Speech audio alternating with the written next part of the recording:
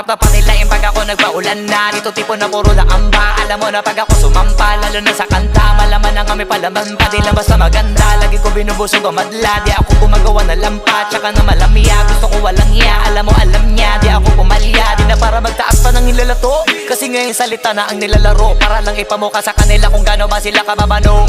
Kailangan ko magbuhat na bangko, pakitaan sila para mauga, ugain sila para matanto. Ipakita sa mga pagmumuka nila kung paano ang tunay na hambog. Nakabakat ako sa mapa, kahit hilingin mo na mapasama pa. Alam mo na masanay ako sa papag, tsaka lahat ang dapat ay nagawa na. Kaya nandito na ako sa malambot na kama. Isa yan sa mga bagay na wala ka. Iniisip ko na ganito ka sana, kaso nga lang di ka pa pinagpapala, tsaka pinapalado baka napasama pa. Habang ako alam mo na iba talaga pag kumarakas, kita mo na laging tumatama para din na minamalas. Parami na lang na parami kasi wala na nababawas. Iba talaga pagka pumatas.